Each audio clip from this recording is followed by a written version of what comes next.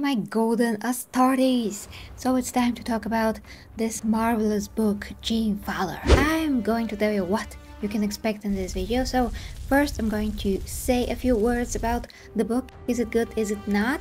So for the people that have not read it yet, you would know if this book is actually a very good or not very good 40k book. And then we're going to talk about full-on spoilers for all of you that actually have read this book, and I'm only going to focus on the most important stuff about Cawl, about Fabius Bile, about Guilliman, and maybe some Necron stuff. So let's begin!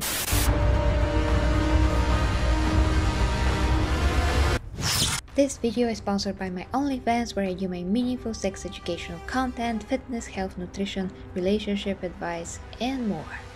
Okay guys, is this book a very good book? 40k book? Yes it is.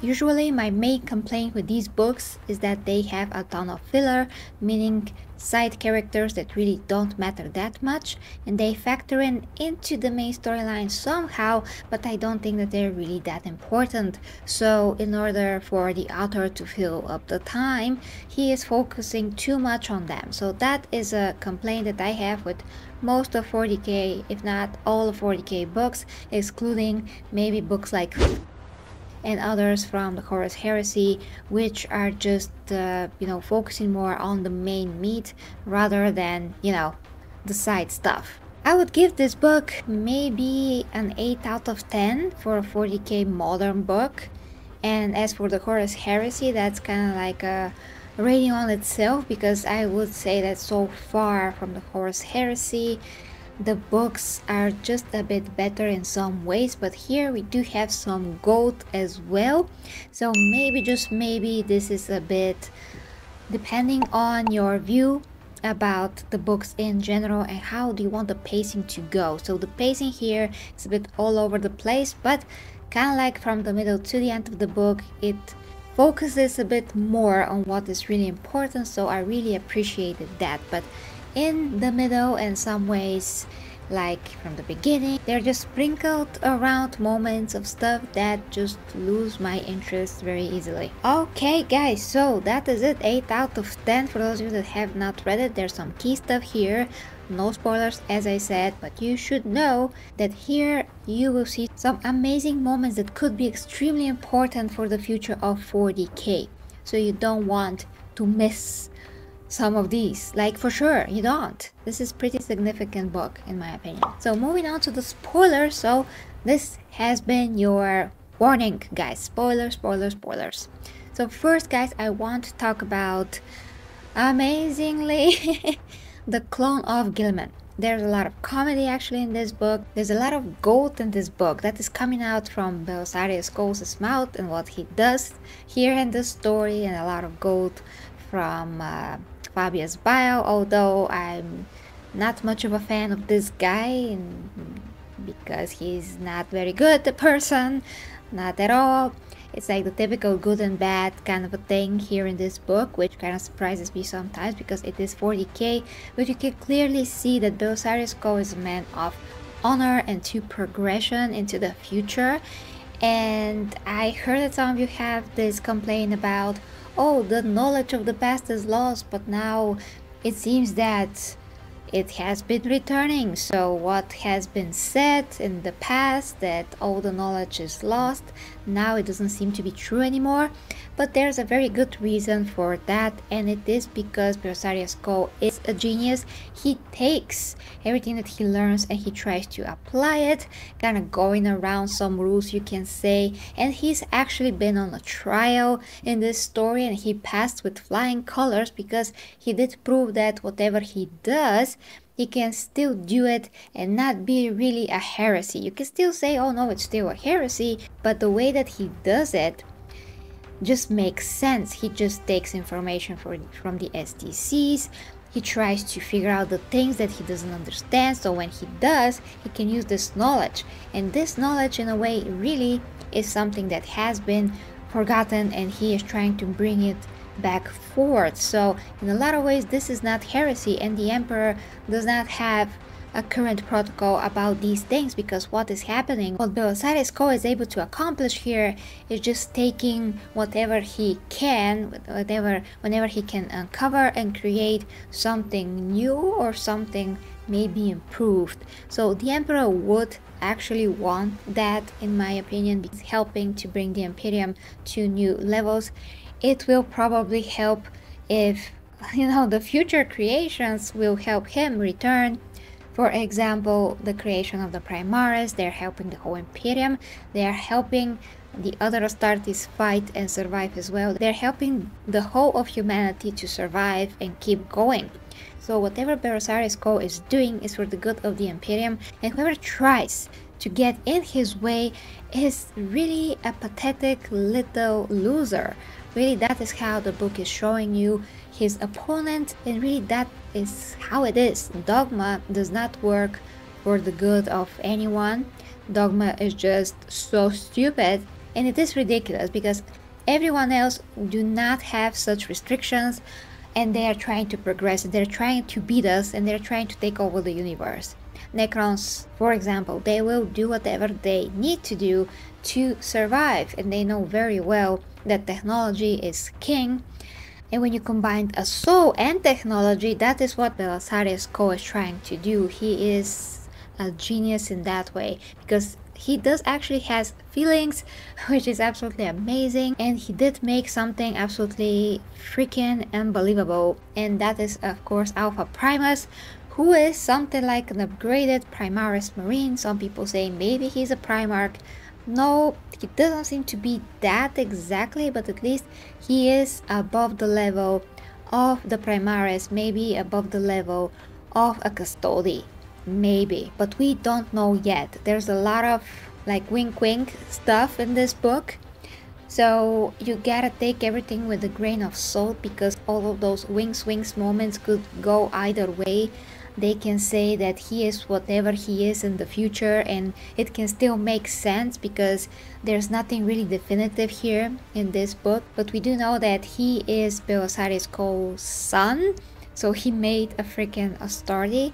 He gave his gene seed somehow, his genes, his blood to him. We don't know what else he took exactly, and I don't know how he survived at the end of the book, because his gene seed was extracted, so that doesn't kill him. I don't know how, but it doesn't.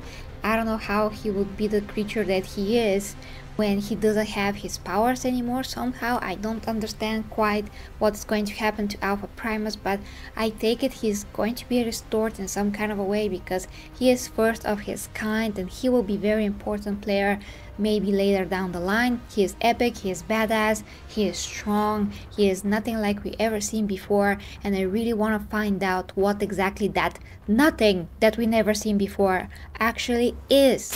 When you take, for example, his opponent here, Fabius Bile, he's also a genius. He also has a good idea of what to do, but like every evil genius, he just wants to screw up with the old and just replace it with the new. So he has a brilliant idea to make new kind of human race, and he made his daughter, so to speak, and this daughter is so amazing and so good. She was able to defeat Alpha Primus somehow. I have to revisit this whole battle in the book, but it was quite long, and of course she had help. I'm pretty sure that the mister here helped her. It wasn't like it was a really fair fight. Fabius Bile did plan for this very meticulously, and unfortunately Belisarius Cawl just couldn't see what was happening until it was very too late. But I doubt that Belisarius Cawl wouldn't have anything to say, because he does have his eye and his aim on Fabius Bile now after everything that transpired. When you think about what happened here, when you think about what Fabius Bile wants to do, he wants to recreate the human race, make them strong and amazing. That's great, but he does want to destroy the original human race. So that's not good, of course. It's genocide, so they can evolve somehow. I'm not sure how he's going to do that exactly. So there's some merit there, there's some good idea there, but what is not good and what mostly really bad characters are doing, I mean bad people, not bad characters, he's a great character, but he's a really bad person. So what he really trying to do and what he really does not understand is that you can't do that, that if you kill to achieve something else just because you have this ambition and this idea, maybe, just maybe, you're not doing this in the right way, because you're doing it for the expense of someone else, and here someone else is the whole freaking human race. So Belisarius Cawl showed here that he has an honor, he wants to protect humanity, he wants to evolve, he wants to remove humanity from this threat, from the Tyranids. He wants to have a union with the Necrons. We can help each other because they're extremely strong, of course, they have the best technology in the universe, against the Tyranids. But he called this female Necron, and it was absolutely hilarious the whole time when they have interacted with each other. She was all over the place, just being negative about it, displaying a bit of ego, not a bit but a lot, but accusing him of different things. So it was amazing exchange, and it was very annoying because she should be a reasonable creature, but she's really not. She's just this bundle of emotion, which is really ironic because she has no soul. There's just so many amazing exchanges in this book, and the trial itself, the way that he just deflected all the stupid arguments against him, and his opponent, Frank or whatever his name was, he was like a modern day SJW who just ignored all the facts and was like, no, I don't want to hear it, I want to ignore everything. So stupid, this guy. So dumb. But I just love how composed and intelligent Belisarius was throughout this whole time. He was a rock. So absolutely amazing. And there was a part where we found out that there was kind of like a moment in time where there are those pylons of the Necrons, and they're just frozen in time like an artificial black hole, and Belisarius wants to go there if he has help from his fellow Mechanicum, so they can go there and see how the pylons work, and whatever information that they can get from this, just a grain in the universe of frozen in time fossilist something. It's just absolutely amazing. That's so fascinating, and if he can go there, that's a book on its own. Just imagine the possibilities, imagine what is really there, imagine how everything is frozen in time. Are they really there? Are they existing somehow? Are they just stuck in a day? I don't know what's happening there, but it's super fascinating, guys. And then we have the Guilliman AI. I wouldn't call it AI in our terms today because our AI is not really even an AI, truly. But this is a copy of Guilliman, but it doesn't have his soul, so you can't have a real copy of the emotions, of the essence of the soul. You can only have these mathematical patterns of, you know, thinking, maybe calculating. Is not exactly the full behavior of Guilliman, which is addressed here, and I'm really happy about that. It's brilliant that they actually did that, and it's hilarious how this AI reacts to what Belisarius is telling him, and how he is pissed and angry despite lacking the soul. But it is just very copy and paste. It's a bit generic compared to the real Guilliman, but it is some kind of an indication how Guilliman could have reacted. But Guilliman also has an open mind, guys, so I do think that he would not react as bad. He would not kill Belisarius Cawl. He knows very well that he is absolutely priceless for the universe, for the Imperium, for the Emperor, and his contribution is without a doubt the biggest contribution in terms of science in the current world of 40k, and also in the past. He helped the Emperor create what the Emperor could have created. I don't know about all of his creations exactly, but Belisarius Cawl has been here for more than 10,000 years, and if it wasn't for him, crazy. He is the one that we are all counting on. He really is. So there is a lot of comedy here, a lot of good exchanges, great lines, great dynamic between all the scenes that actually had substance. I enjoy the fact that, you know, Belisarius Cawl cared about his friend as well, that he creates many times because he misses him, and he tries to figure out life, and he tries to figure out a way to bring him really back, to bring his soul from the warp somehow, whether that be particles of the soul. It just doesn't make much sense to me, basically.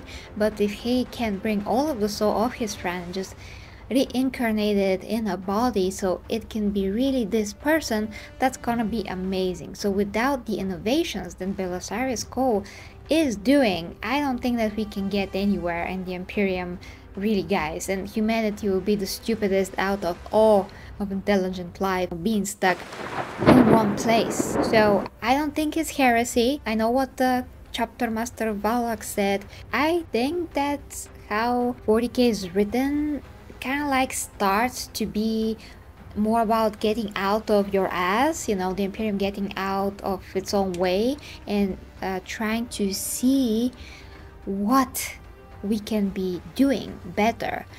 And the Emperor, I don't think that he would object, because by this point chaos is gonna win, and there's other powers here as well, the Tyranids, this guy as well. He is connected also, of course, to chaos. So you do have to be inventive, you do have to adapt to the situation, and if the Emperor doesn't see that in his state, honestly, I don't think that he doesn't see it. He should see it. Every person that has some kind of a sense and reason will see this. So I don't think this is heresy. There's a lot of things that the only way to determine if they're heresy, if you actually go to the Emperor and you can directly communicate with him, and he is not out of his mind, he is all there, and he can reply directly, oh, well, it's not heresy, okay?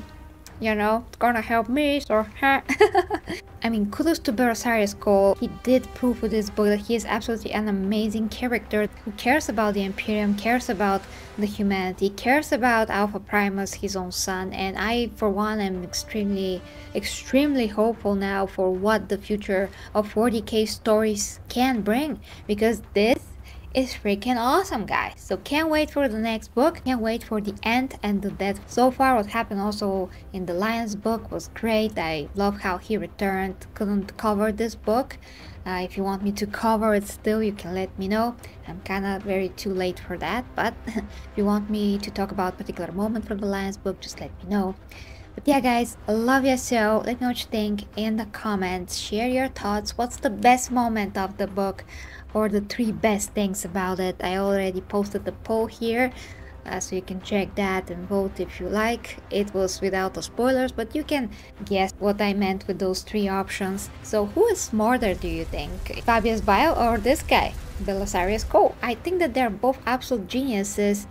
Not sure who is really smarter, but because Fabius Bile is evil, basically, to a big extent, he wants to achieve things through evil means, he wants the easy way out, or the easiest way out. He will always be one step forward. The only way for Belisarius Cawl to beat him is to just think like him, so he can guess whatever steps Fabius Bile can take, which is great. So knowledge of how the opposite side works is really the key of defeating it. Love you guys. If you like to support me, go and check out the links down below, Patreon, PayPal, and of course the place that I'm doing all of my useful stuff, coaching about sexual relationships, fitness, health, and everything that has to do with your good physical and mental state is there at OnlyFans, and my own physique updates. The Emperor protects.